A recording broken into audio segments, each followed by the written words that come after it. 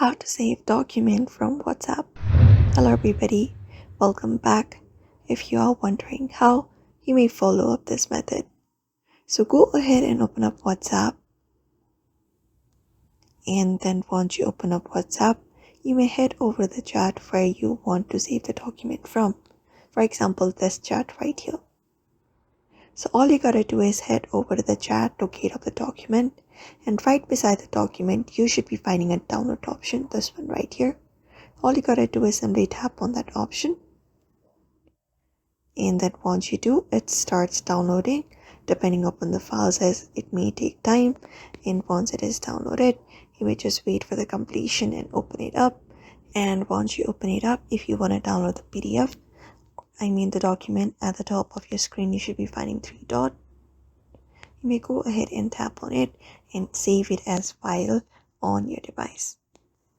So that is how you save document from WhatsApp.